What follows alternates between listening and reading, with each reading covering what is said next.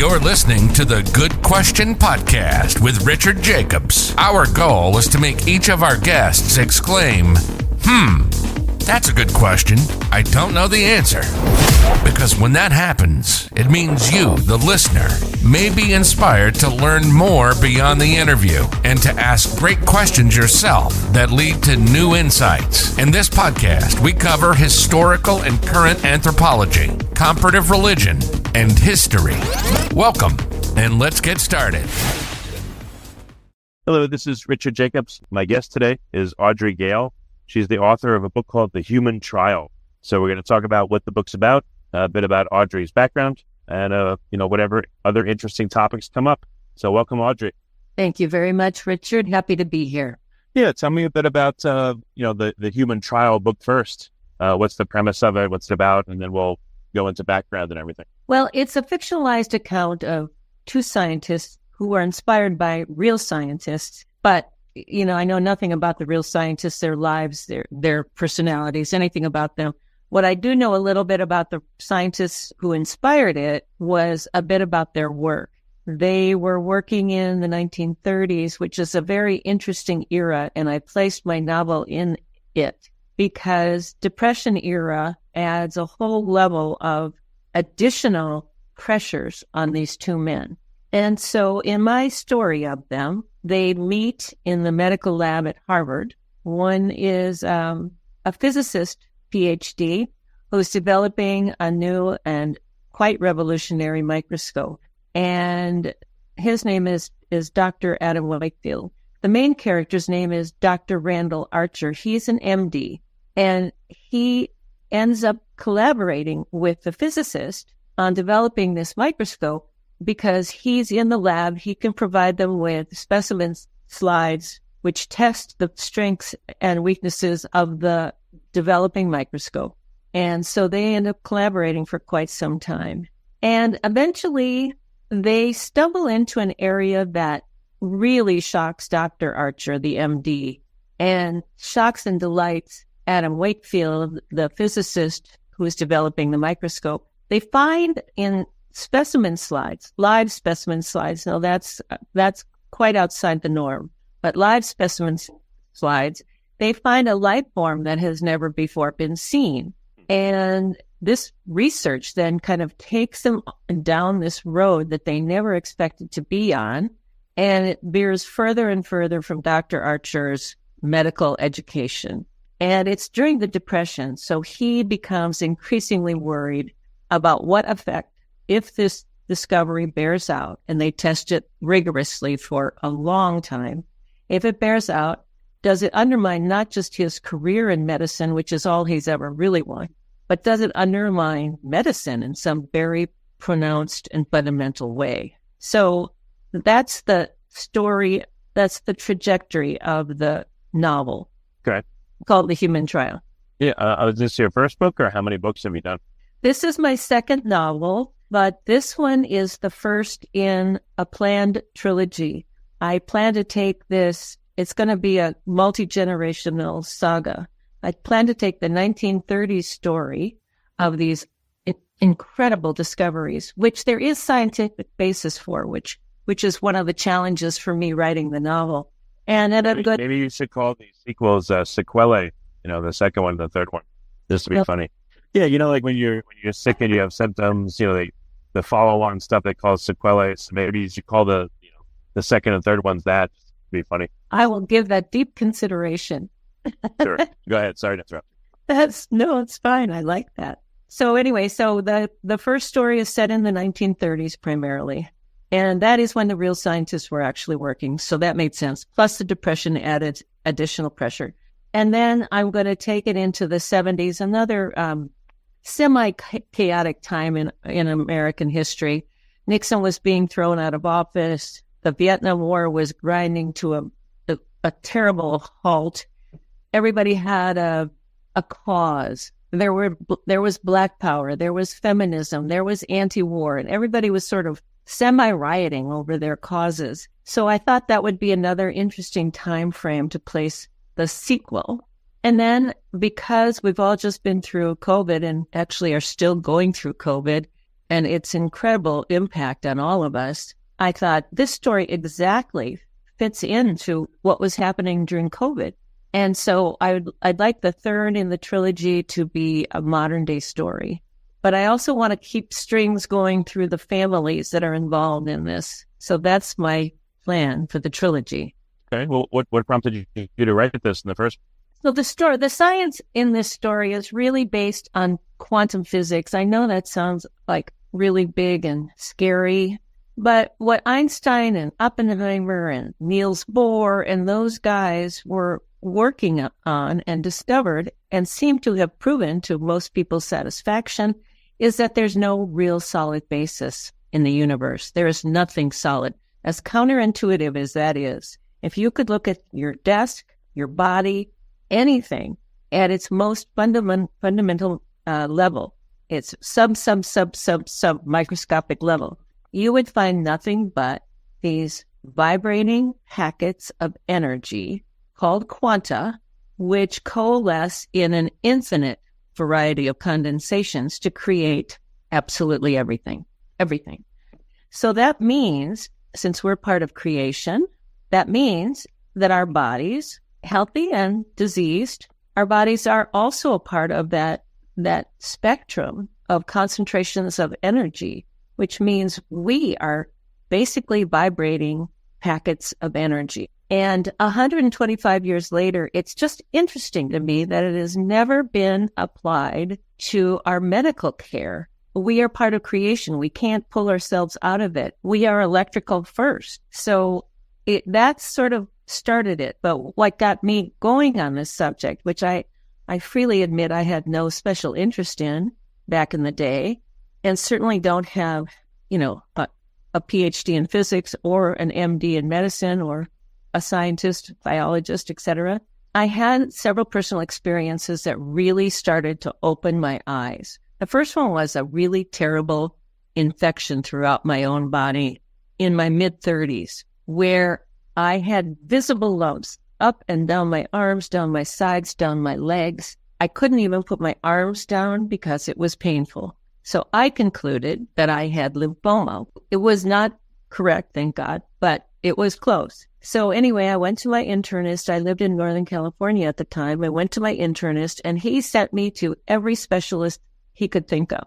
There was exotic disease guy. There was the cancer people. There were, and everybody, anybody, any specialization that he thought might be able to zero in on what was happening within my body.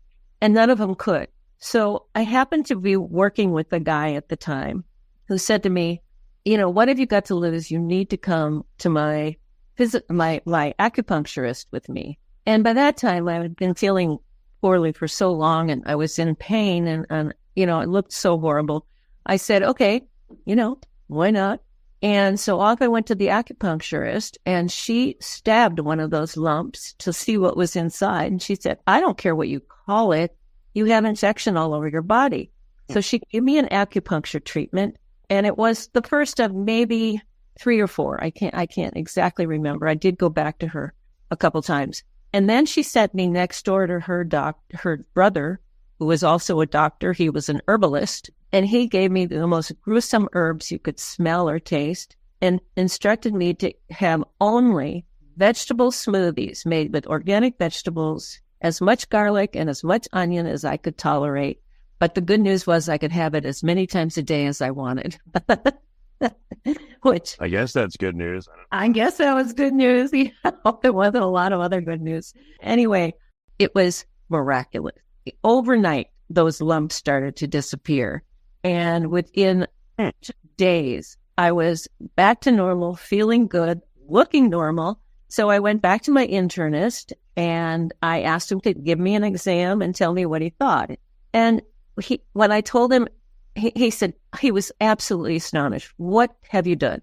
I said, I did acupuncture and herbs. He said, wow. Then he said something interesting. He said, I think there's a place for Eastern medicine, and I think there's a place for Western medicine. The latter being when your body can no longer fight for itself. It's not a bad answer. Maybe I don't totally agree with it, but it's not a bad answer. Anyway, that was the first thing that I started realizing that there were other ways of approaching this besides take a pill, have some radiation, maybe some surgery. There were other ways of approaching it. That was my first real brush. Then I moved to Los Angeles, and I had a golden retriever at the time, and she was very, very ill when we got here. And I took her to multiple vets since I didn't have one yet. And they all said the same thing. She's 13 years old. She's a big dog. Just put her down.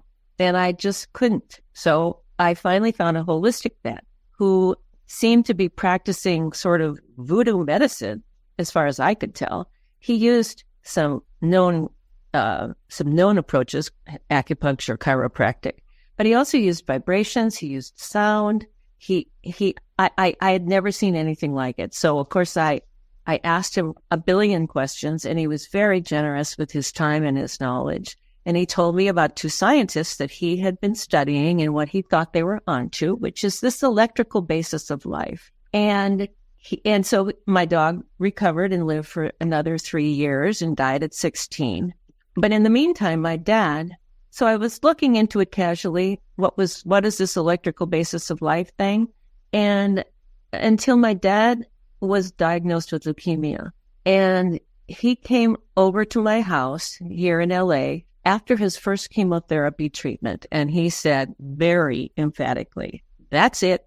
I'm not going back. I'd rather die than have another chemo treatment." And so, of course, being the obvious response, I said, "Would you come with me to my vet?" And of course, my dad, being nothing but open-minded, said, "Well, what have I got to lose?" So off we went to the vet, and the vet discussed it with him, maybe did a brief exam. I really can't quite remember, but he ended up making a cassette of sounds. Now, I hope you guys remember cassettes, tape cassettes, and that old technology of the day.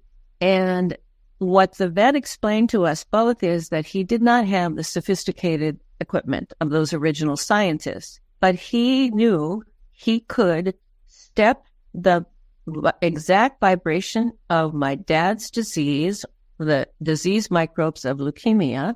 He could step it down by octaves into the auditory spectrum. And that was what the tape was that he gave my dad. I think of it as I play the piano sort of poorly. High C, middle C, low C. They're all related. They're all related, but they're stepping down by octaves. So my dad listened to that tape religiously, started to feel better immediately, and then eventually went back for a checkup with his MDs, who said, "Holy cow, what have you done?" Now, he can't tell them because it was kind of illegal, but what he had done, that would have been maybe locked up. He certainly would have been put out of business. And he has since died, so I can talk about this now freely. But they examined him and said, it is the damnedest case of spontaneous remission they had ever seen. And my dad, also like my dog, lived for more years, I think 3 or 4, and died of pneumonia, not leukemia. So now the story had me. I was hooked. It was like, okay, what is this? What is this? And why have I been given this information? Is it a blessing or a curse? So I asked my internist then, a new internist now that I've moved, I asked him just one day, sort of casually, "So do you think we are electrical or chemical first?" And he looked at me. He was so angry, as if I had been trying to embarrass him. And after thinking about that for some time, I realized it tells me 2 important things. One is none of this kind of thing would ever be included in a medical education. And I believe that is still pretty much the case today. You said it was a blessing and a curse. Oh, because the story just would not let me go. The other important point of that comment of his, or that reaction of his, which was angry, is that there's been too much, perhaps over-specialization in the fields of science. Electricity and energy have been the province exclusively of physicists and engineers. And the same is true of the way our medical fields are educated and certified. It has to do with the physical aspects of your body and nothing to do with the electrical aspects of your body, except in very rare cases. So that was what the conclusion of my research then became very, very much more determined and pointed. And I knew I was going to have to write about this, but it was really a challenge for me because I had to take very specialized language of physics, quantum physics, medicine, pathology.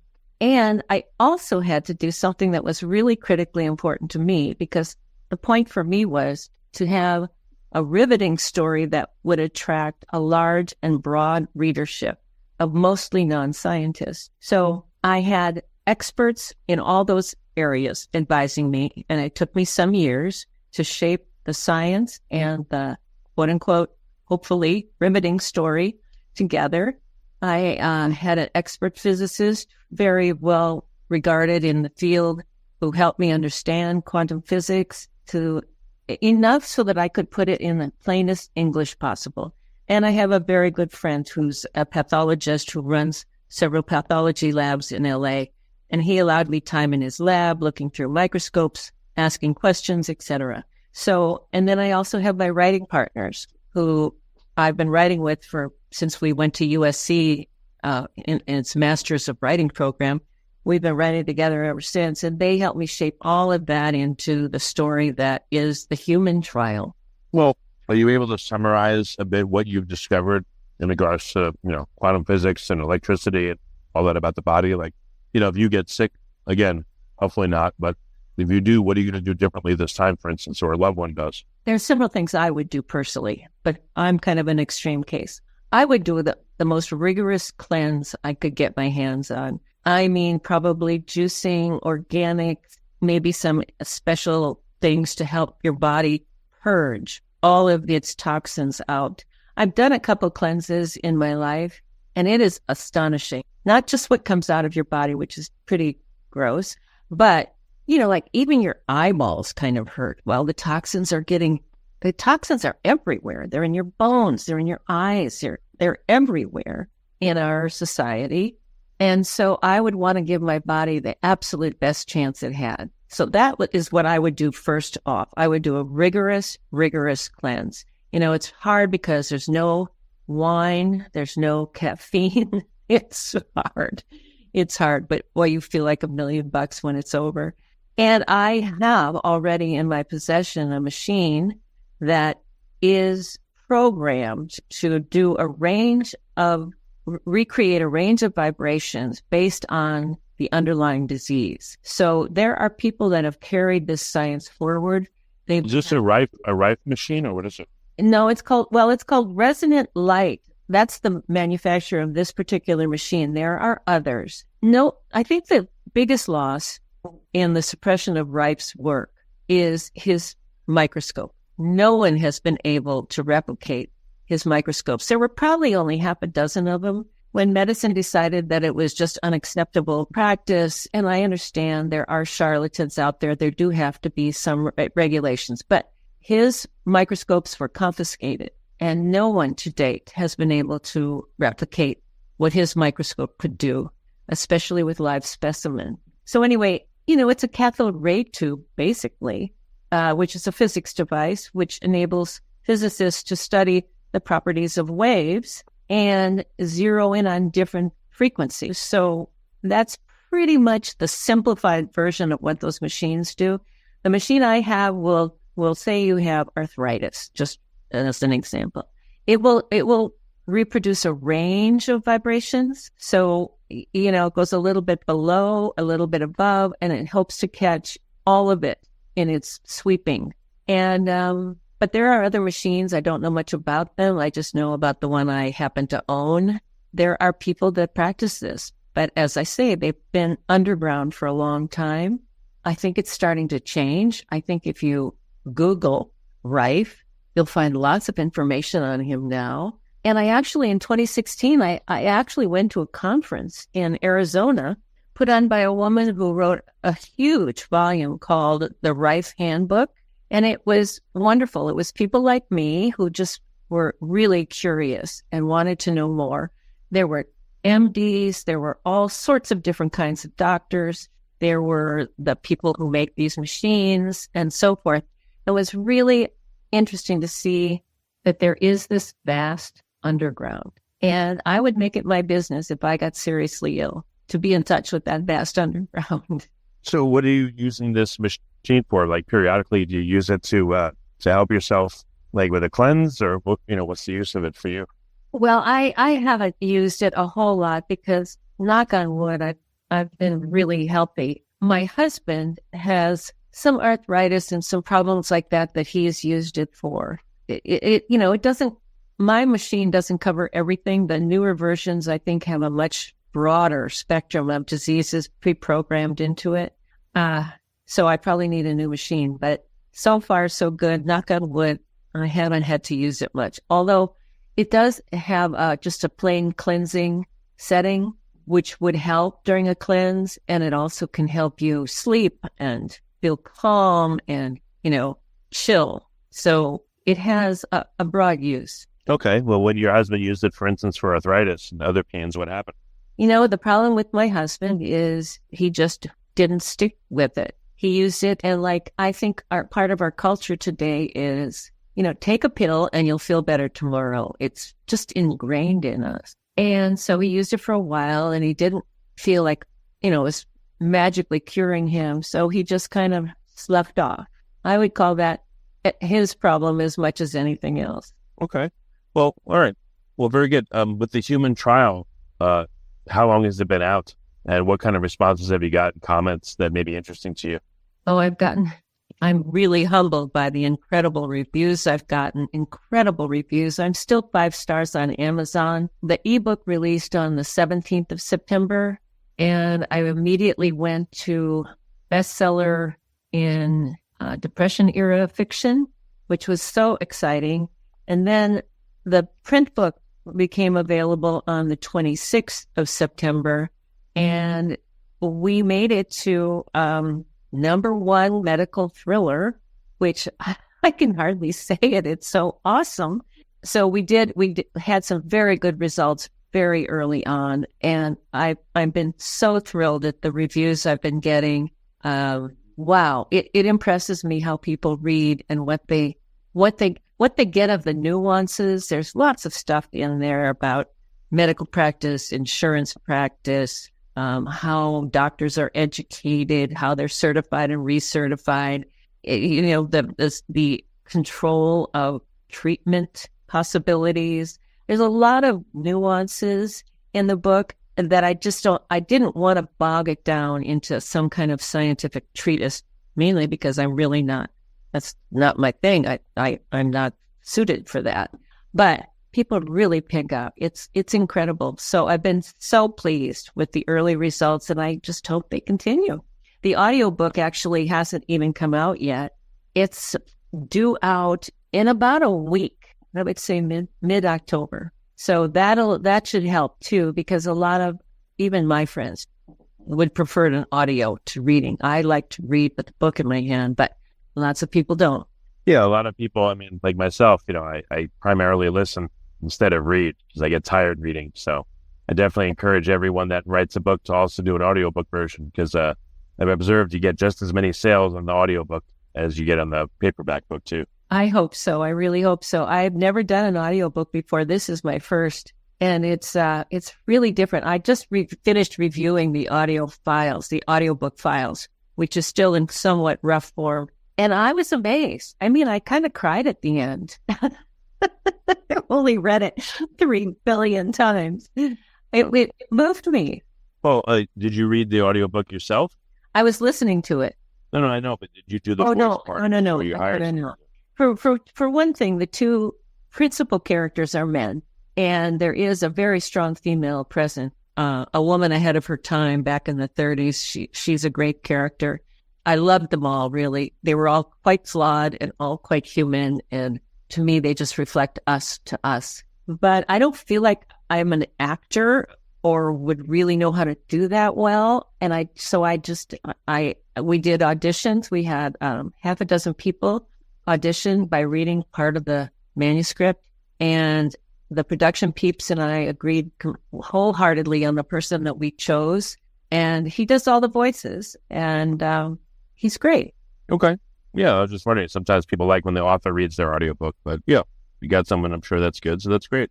If I wrote a memoir, maybe if I wrote a memoir, which I don't ever plan on doing, maybe then I would feel like it makes sense for me to be the voice. Otherwise, there's so many talented actors and actresses out there and voiceover people. And there's, I think this is one area I'd like a pro to take over for me.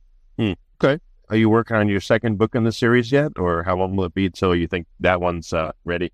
Well, I think the sequel in the 1970s will be, I have it completely fleshed out. I have the characters and their arcs and their story, their interactions. I have that done in rough form. So that's really important. Then to bring it up to publishing quality, I would say, given the marketing of this and that, I'd say, roughly a year, plus or minus, roughly. Okay. All right. Okay. Well, very good. Are there other subjects? I know you can only do so much, and I know you want to do this trilogy. That'll probably keep you busy for, sounds like, 3 or 4 years. Yeah. Are there other books that you want to come out with? Now that you're getting into the science world, you're probably a lot more comfortable. Maybe you're even able to read scientific papers natively. I'm just wondering what's your plans and where you're going to go with this, you think? I have a few novelistic ideas that keep returning to my consciousness, but I don't see either of them. One of which would be, the telling of my own family's history in a fictionalized way.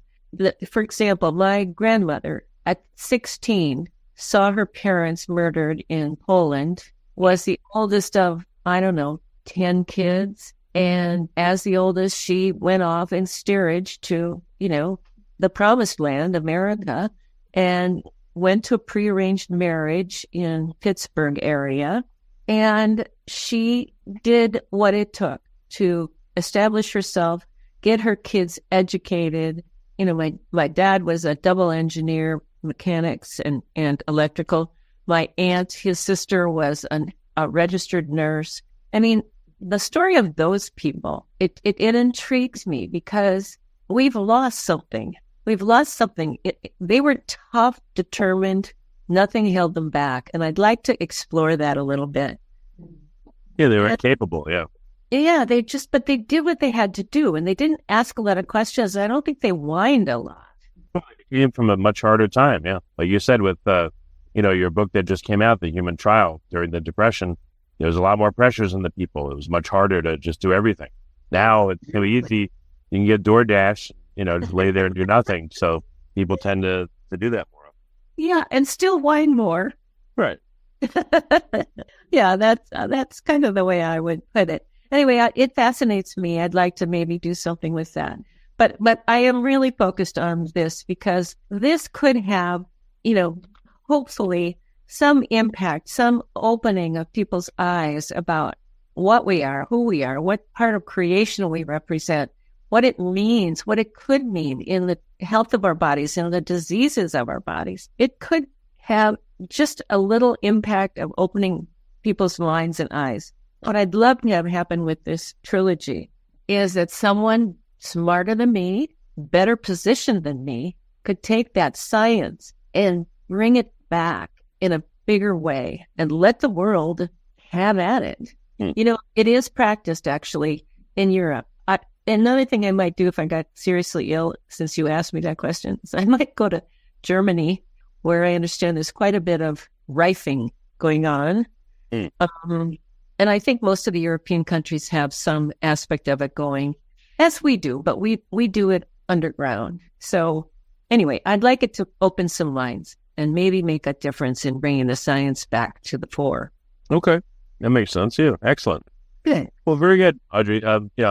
Thanks for talking today. So let's restate the name of the book and the date it's coming out and where people can get it and any other ways for them to follow up and keep tabs on the next books that are coming. Okay. So the book is called The Human Trial. The author name is Audrey Gale, Gale. The book is out in print and ebook form now. You can get it at Barnes & Noble, Goodreads. Amazon is, the big behemoth in this business now. Amazon, certainly.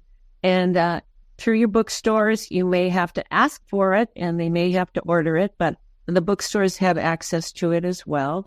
And my website will have everything about what's going on with the book and with me and where we're going and where we are.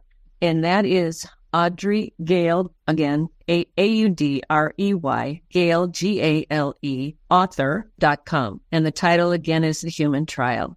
So I will say also that the audiobook should be out within a week or two max, and those will be available to purchase on all those, all those places I just named. Yeah, like Audible and all that stuff, right? Yeah, exactly right. Exactly right. So, look for it. I hope you enjoy it. It is a novel. There's a little bit of sex, drugs, rock and roll, as well as some science, serious science. But the story is carried by characters that I hope you can relate to. Whether you love them or not is another thing, but I think you'll be able to relate to them.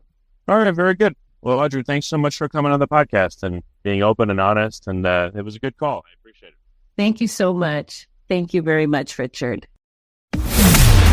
Thank you for listening to the Good Question Podcast. Please email support@thegoodquestionpodcast.com if you have any referrals to great guests for us to interview. Visit thegoodquestionpodcast.com to hear more interviews. And please help us spread the word by rating and reviewing us on Apple Podcasts, iTunes, Spotify, YouTube, or wherever you listen to this podcast.